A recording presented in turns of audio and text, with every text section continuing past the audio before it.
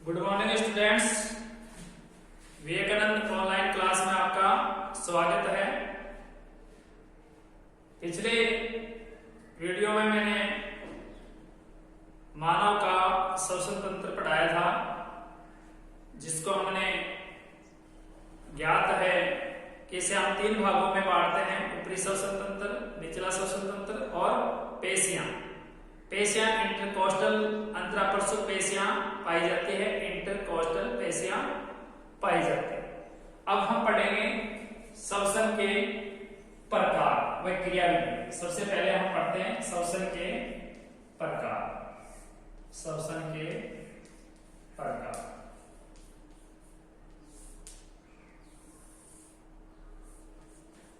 Type of respiration.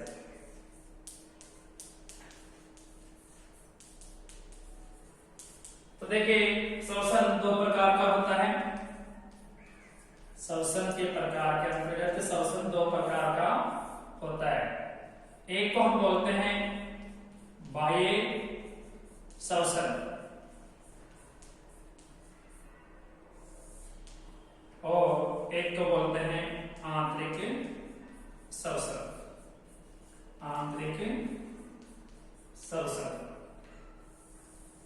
जिसे हम कोशिकीय श्वसन भी कहते हैं, कोशिकीय श्वसन भी कहते हैं।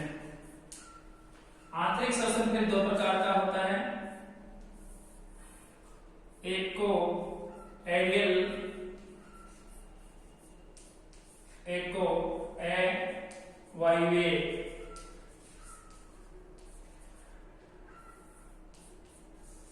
ऑक्सीय श्वसन और अनॉक्सीय श्वसन।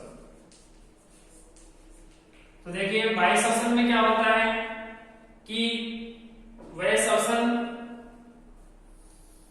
जो सामान्य अंगों में संपन्न होता है, जो शरीर के बाहर संपन्न होता है। जैसे मान लीजिए नासिका है, नासिका और शरीर के अंगों के मध्य जो श्वसन होता है उसे हम बाह्य श्वसन कहते हैं।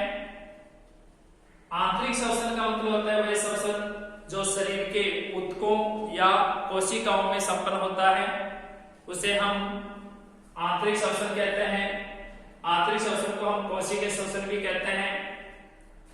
आंतरिक श्वसन जो होता है उसे हम दो भागों में बांटते हैं, एक को ऑक्सीय और दूसरे को अनॉक्सीय कहते हैं। वही एरियल और नॉन एरियल या एरियल और एरोबिक रेस्पिरेशन। तो देखिए, नाम सिद्ध है ऑक्सीय। वे श्वसन जो ऑक्सीजन की उपस्थिति में होता है उसे हम ऑक्सीय श्वसन कहते हैं। वह श्वसन जो ऑक्सीजन की अनुपस्थिति में होता है उसे हम अनॉक्सीय श्वसन कहते हैं।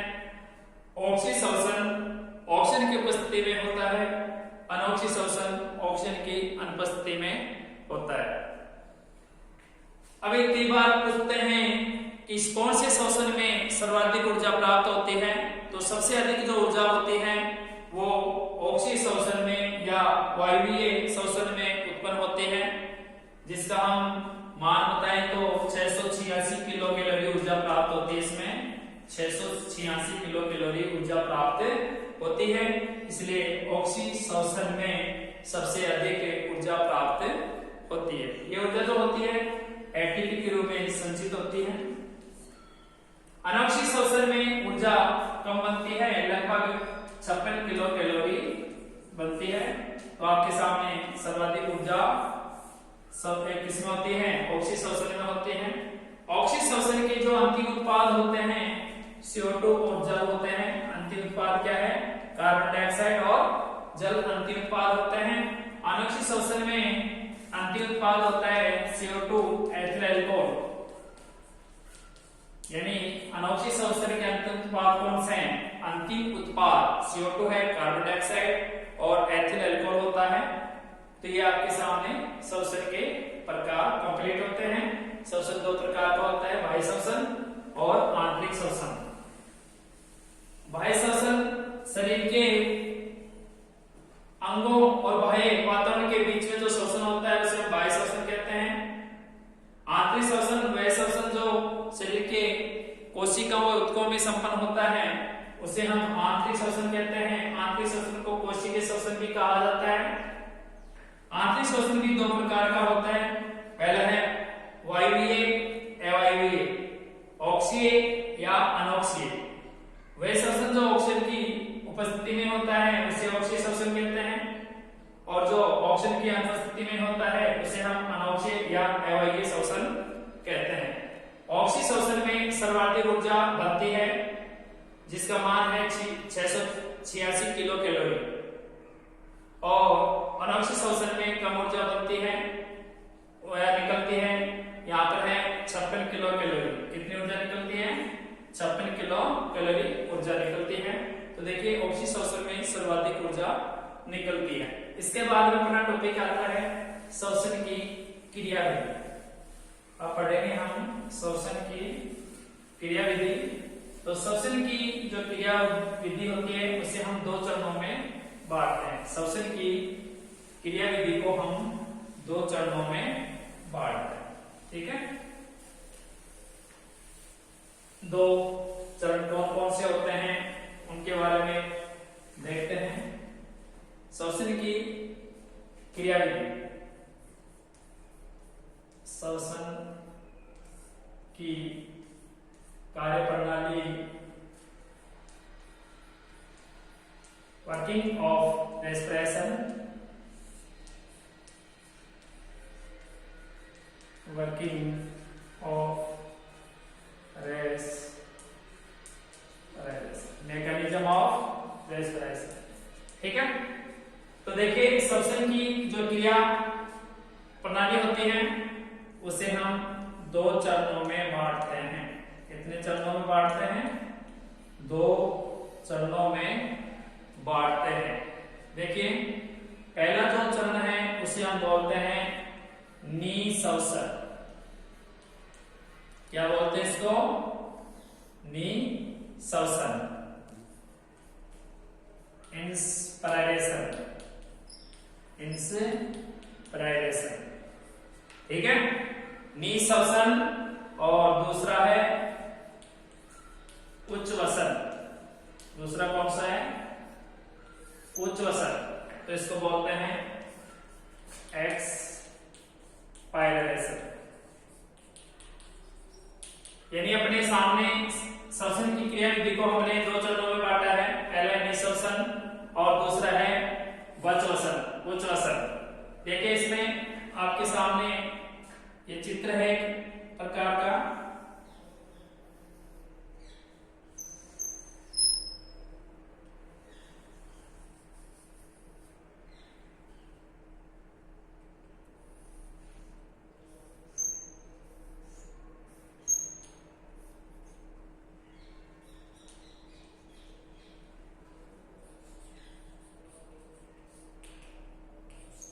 निःश्वसन, पसलियां हैं नीचे की तरफ आ रही हैं, और जो तनुपट था वो चपटा हो रहा है, तनुपट। तो उसके बाद में कौन सी गैस प्रवेश कर रही है? ऑक्सीजन गैस प्रवेश कर रही है। दूसरा जो चित्र है वो उच्छ्वसन का है, उच्छ्वसन। उच्छ्वसन तो इसमें देखिए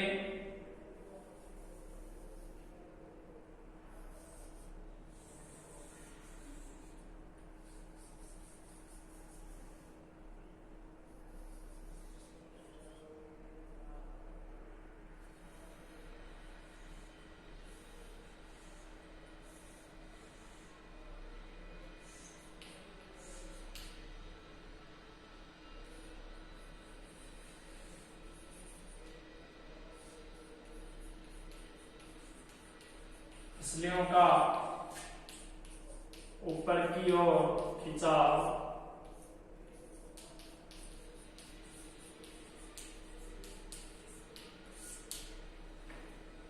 पसलियों का नीचे की ओर खिंचाव।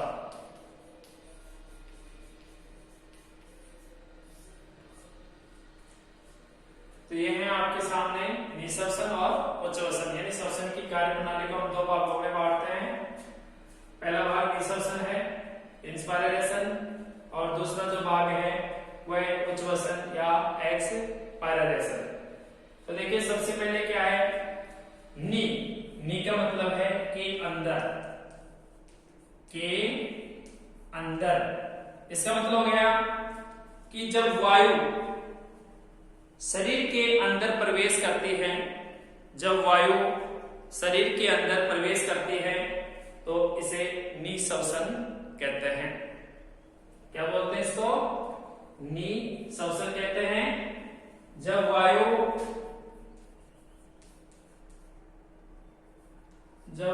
शरीर के अंदर प्रवेश करती है तो इसे हम निःश्वसन कहते हैं। इसमें क्या होता है निःश्वसन में, जब वायु फेफड़ों में प्रवेश करती है तो तनुपट्टी या डायफ्राम पर दबाव गिरेगा, दबाव आएगा, जिसके कारण तनुपट्टी या डायफ्राम चपटा हो जाता है। क्या हो जाता है? चपटा हो जाता है। डायफ्राम चपटा होने से जो अंतरापरशुपेशियां हैं, इंटरकोस्टल पेशियां हैं, उन पर दबाव या खिंचाव उत्पन्न होता है, जिससे पसलियां नीचे की तरफ गति करती हैं और बाहर की जो वायु होती है ऑक्सीजन, वो फेफड़ों में प्रवेश कर जाती है। तो इस क्रिया को हम निःश्वसन कहते हैं। यानी जब वायु फेफड़ों के अंदर, जब वायु श्वसन क्रिया के अंतर्गत या वायु ऑक्सीजन शरीर में प्रवेश करती है तो तनुपट्टिया डायफ्राम चपटा हो जाता है और जो इंटरकोस्टल पेशियां होती हैं, पेशियां, उन पर दबाव गिरता है, जिससे पेशियां जो आपके सामने होती हैं, पेशियां तो अंदर की तरफ उनका खिंचाव उत्पन्न होता है और O2 शरीर के अंदर प्रवेश कर जाती है। अतः वायु का शरीर के अंदर प्रवेश करना निःश्वसन कहलाता है। ठीक है, अब देखिए आपके सामने निःश्वसन कैसा क्रिया है, कैसी पथ है आपके सामने? निष्क्रिय पथ है, निष्क्रिय क्रिया है। इसके बाद है उच्चवसन। जब शरीर से वायु को बाहर निकाला जाता है, बाहर निकाला जाता है, तो उस क्रिया को हम उच्चवसन कहते हैं। उच्चवसन एक सक्रिय अवस्था होती है। इसमें क्या होता है कि जब फेफड़ों में वायुदाब अधिक हो जाता है तो तनुपट चपटा हो जाता है। आपके सामने जब तनुपट डायफ्राम पर दबाव पड़ता है तो आपके सामने तनुपट चपटा या पतला हो जाता है, लेकिन यहाँ पर तनुपट स्थिर हो जाता है। दाब कम होने से कैसा हो जाता है? स्थिर हो जाता है, जिससे पसलियों व पेशियों के अंदर खिंचाव कम हो जाता है और पसलियां ऊपर की तरफ गति करती हैं, जिससे फेफड़ों का वायुदाब कम हो जाता है। क्यों हो जाता है? क्योंकि CO2 गैस बाहर निकल जाती है। अतः CO2 गैस का या वायु का बाहर निकलना उच्चवसन कहलाता है। उच्चवसन जो क्रिया होती है वो सक्रिय क्रिया होती है।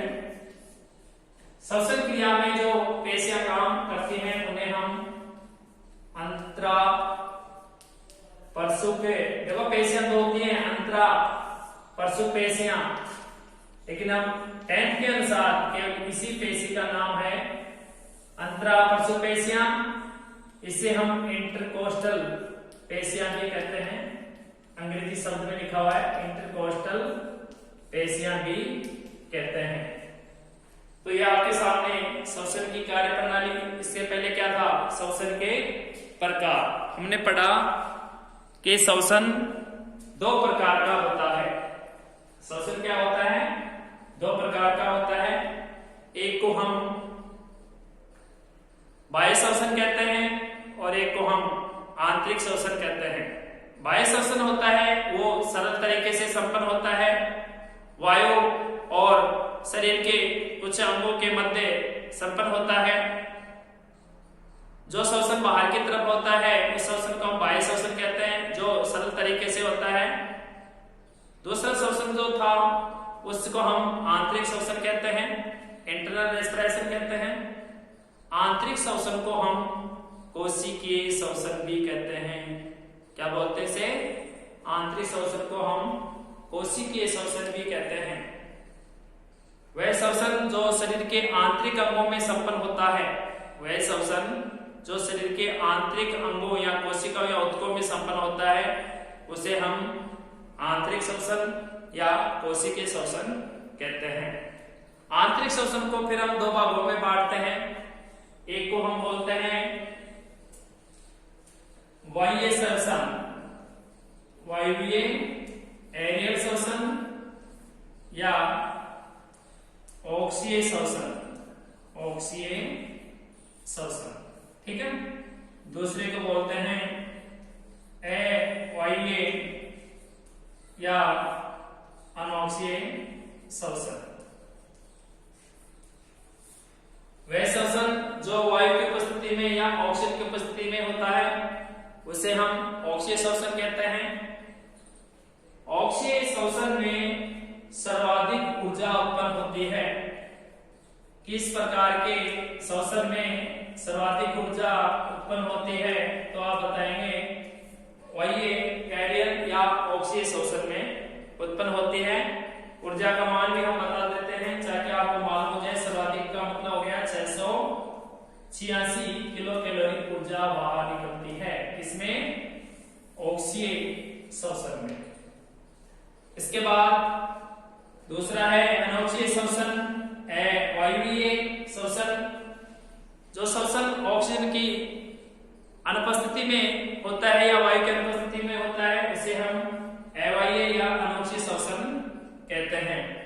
इसमें ऊर्जा कम मुक्त होती है, लगभग 56 किलो कैलोरी ऊर्जा मुक्त होती है। ऑक्सीय श्वसन सभी सजीवों में पाया जाता है जो दिन रात में लगातार होता रहता है।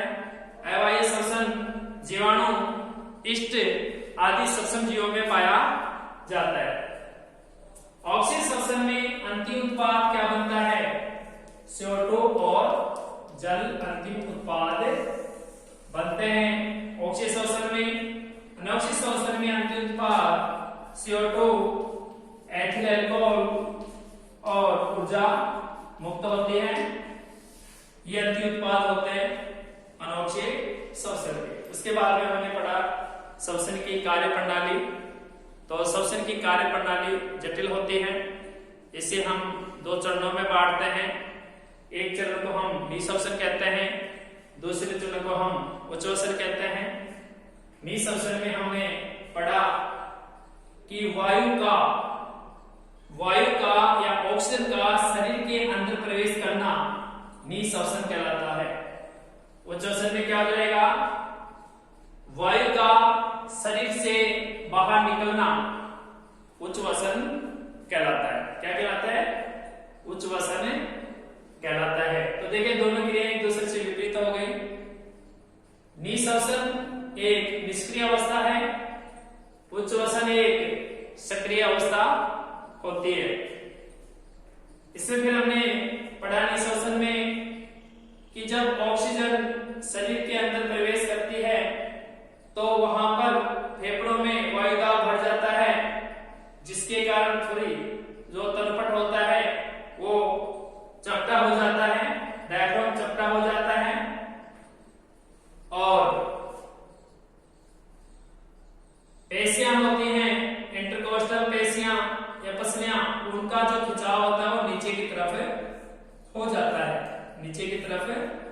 हो जाता है और जो वायु होती है वो शरीर के अंदर प्रवेश कर जाती है, तो इस क्रिया को हम निःश्वसन कहते हैं। दूसरा देखिए उच्छ्वसन, वायु का शरीर से बाहर निकलना क्या कहलाता है?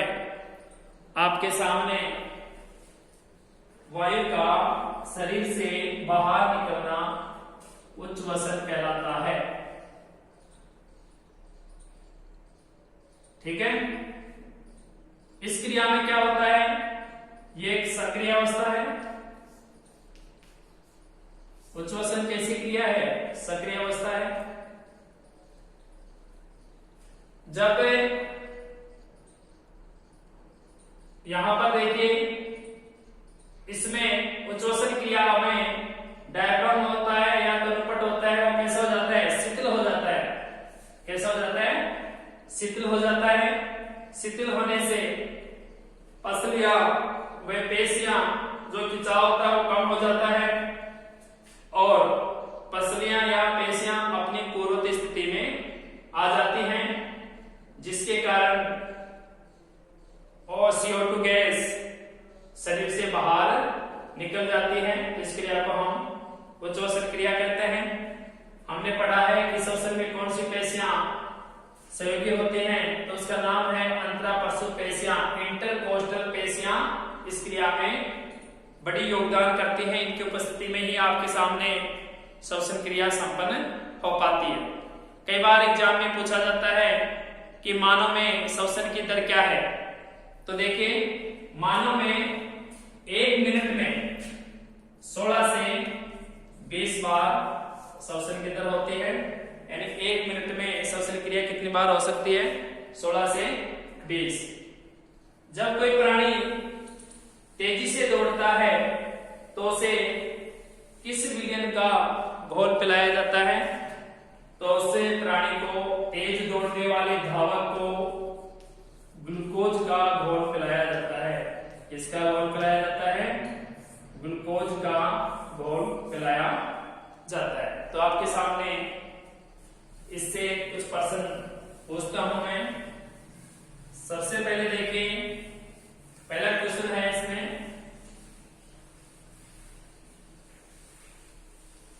सर्वाधिक ऊर्जा इस श्वसन में उत्पन्न होती है। पहला क्वेश्चन है, सर्वाधिक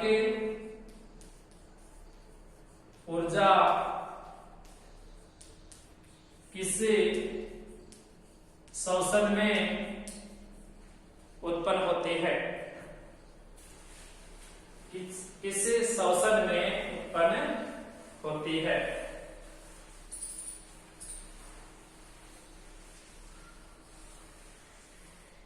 सर्वाधिक ऊर्जा किस श्वसन में उत्पन्न होती है?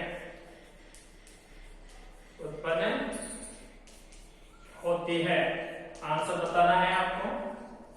दूसरा जो प्रश्न है, निःश्वसन की अवस्था में डायफ्राम किस स्थिति में होता है? डायफ्राम किस स्थिति में होता है? किस स्थिति में होता है?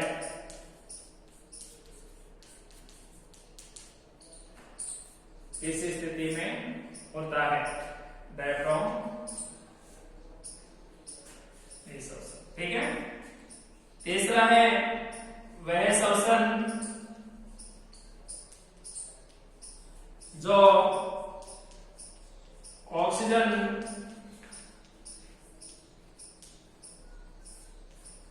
की अनुपस्थिति में होता है, वायु की अनुपस्थिति में होता है,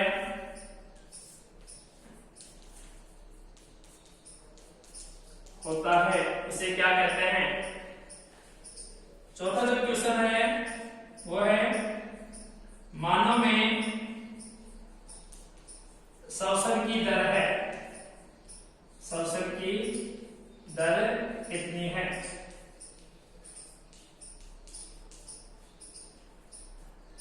मानव में श्वसन की दर क्या है? पांचवा है, अनोक्सीय एवाईय श्वसन में